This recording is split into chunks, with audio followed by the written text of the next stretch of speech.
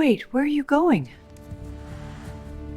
For 3 weeks, the same wild mustang had been tearing through Evelyn's fence.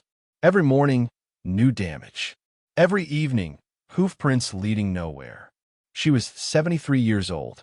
Her husband had been gone for 2 years, and she was so tired of fixing things that kept breaking. But the morning she finally saw the horse up close, she understood.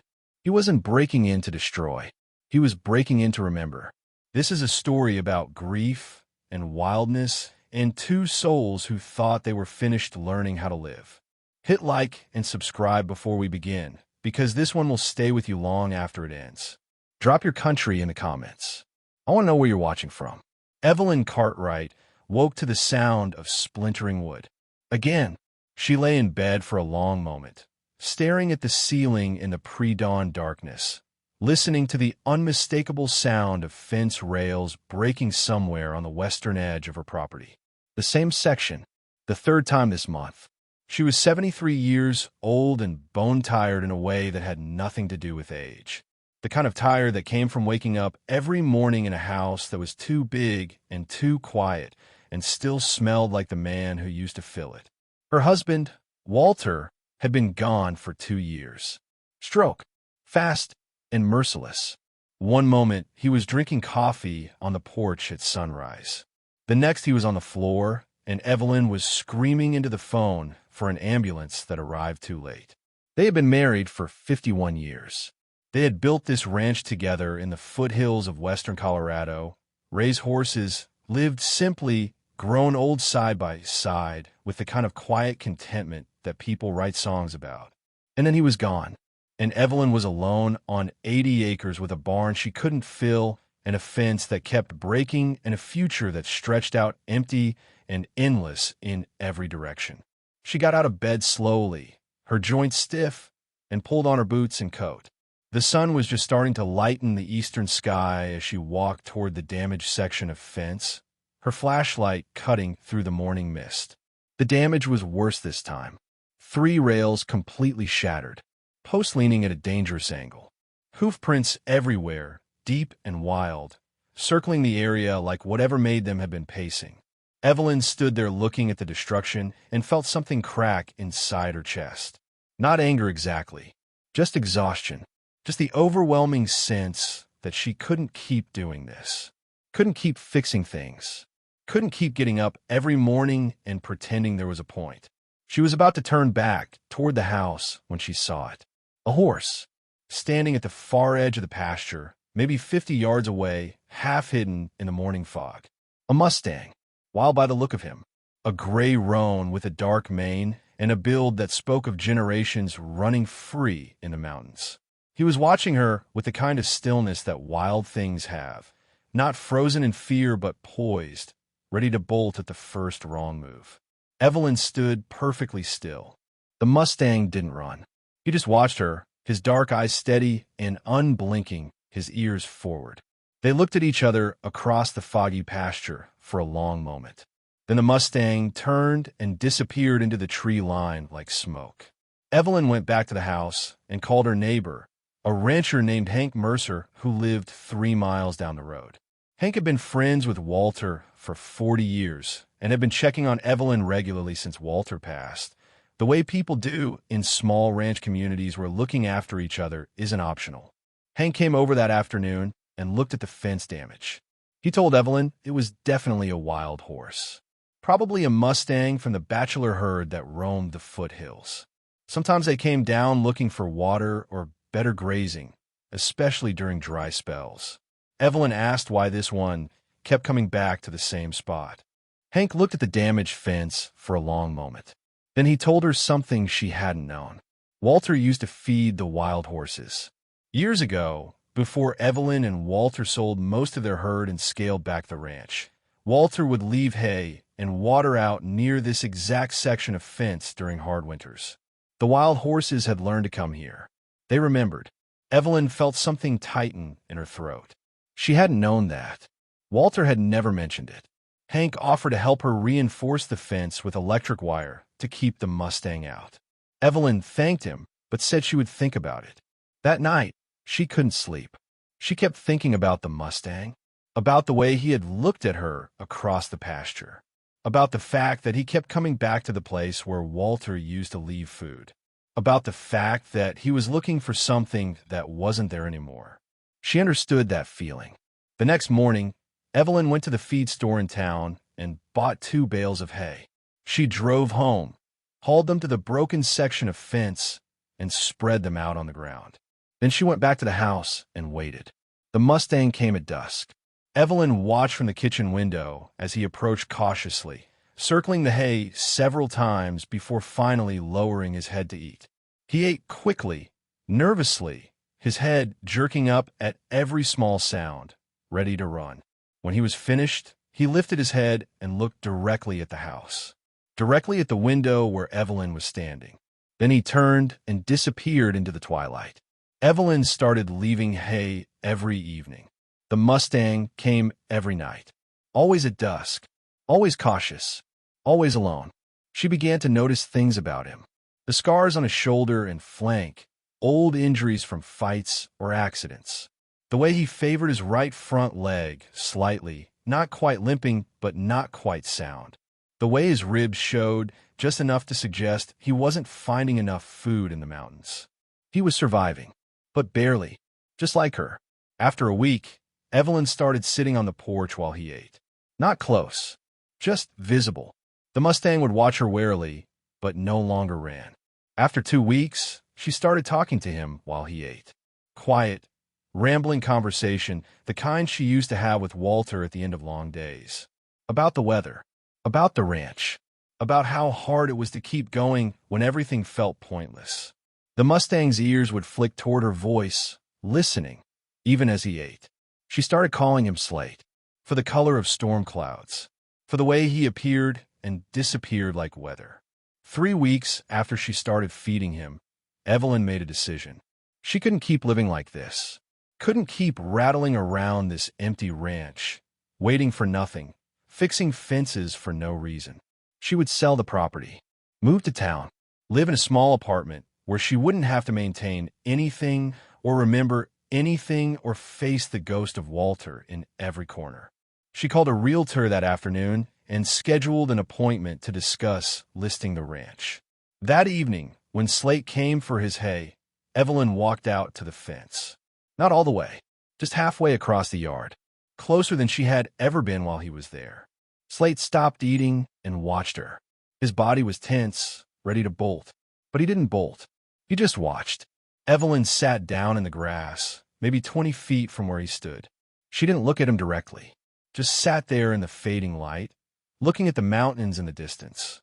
She started talking.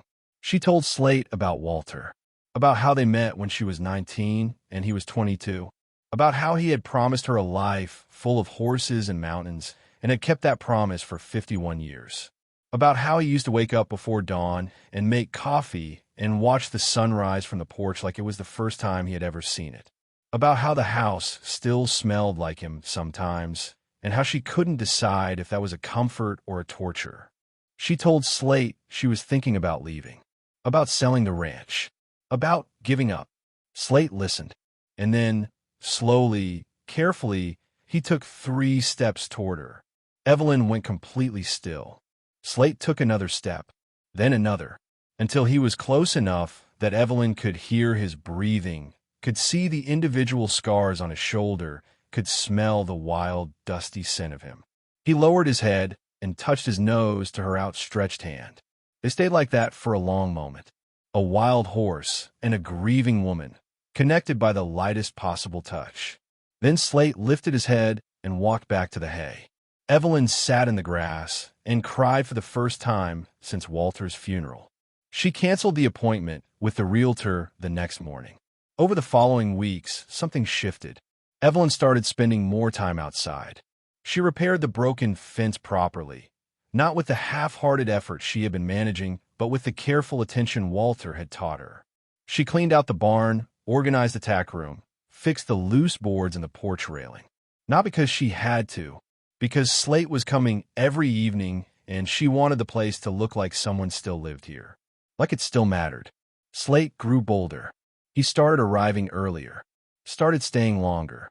started allowing Evelyn to sit closer while he ate. She never tried to touch him again. That one moment had been enough. She understood that trust for a wild thing was earned in small increments, not demanded.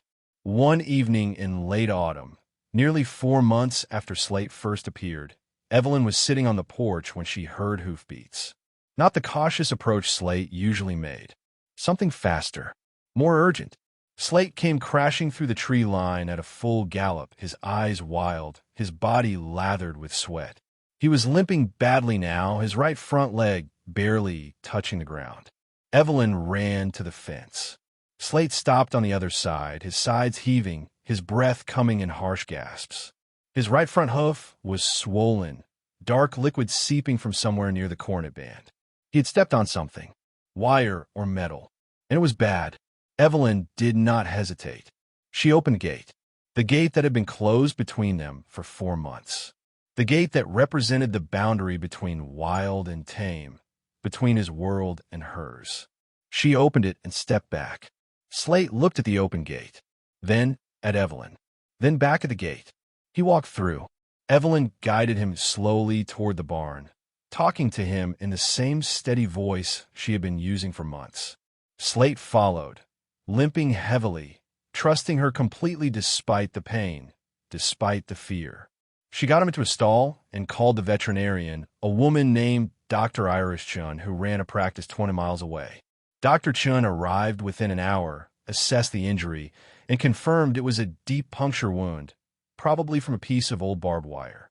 Infected, painful, but treatable if they acted fast. Dr. Chun cleaned the wound, administered antibiotics, and wrapped the hoof carefully. She told Evelyn that Slate would need to stay confined for at least 2 weeks while the infection cleared and the wound healed. No running, no route terrain, just rest and medication and time. Evelyn agreed immediately. Dr. Chin looked at Evelyn carefully and asked if she understood what she was taking on. A wild mustang who had been injured and would need daily care and who might never fully trust being handled. It wouldn't be easy. Evelyn said she understood. Slate stayed in the barn.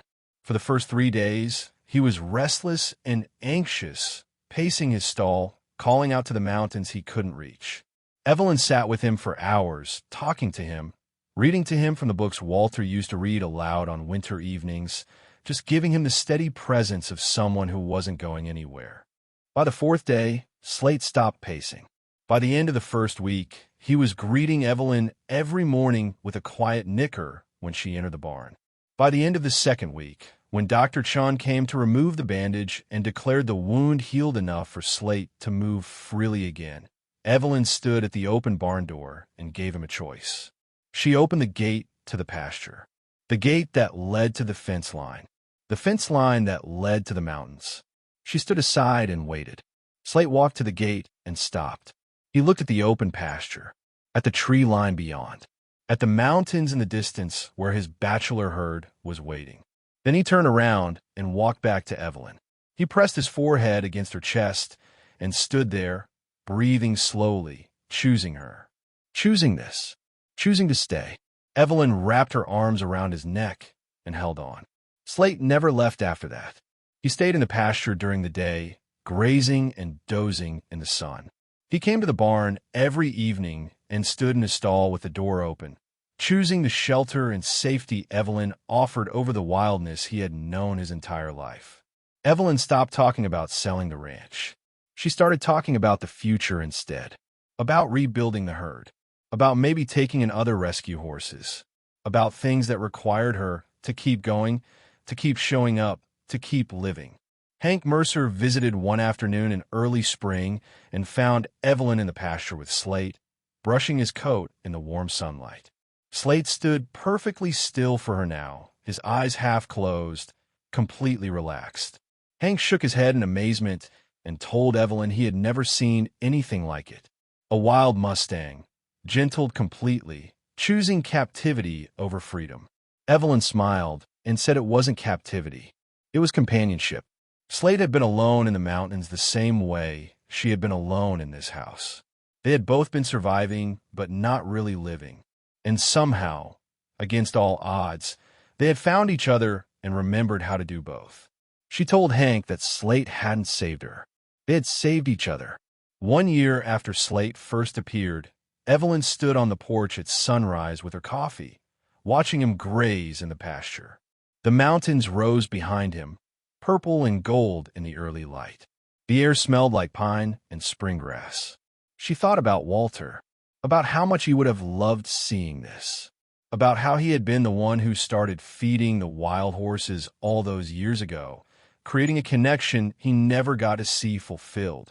She wondered if somehow, in whatever way these things work, Walter had sent Slate to her, had known she would need something to care for, something to wake up for, something wild and broken that needed her as much as she needed it.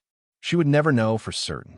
But standing there in the morning light, watching Slate lift his head and look back at her across the pasture, Evelyn chose to believe it was true.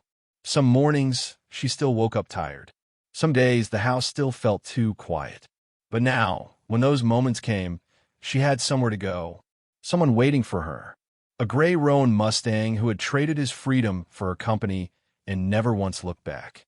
Evelyn raised her coffee cup toward the mountains, toward Walter, toward whatever force had brought Slate crashing through her fence on that foggy morning when she had been ready to give up. Then she walked down to the barn, where Slate was waiting at the gate, ears forward, eyes bright, ready for whatever the day would bring. Together, they were ready too. Evelyn thought she was just feeding a wild horse. But Slate gave her something far more valuable than companionship. He gave her a reason to keep living. And sometimes, that's what saving something really means. It means letting it save you back.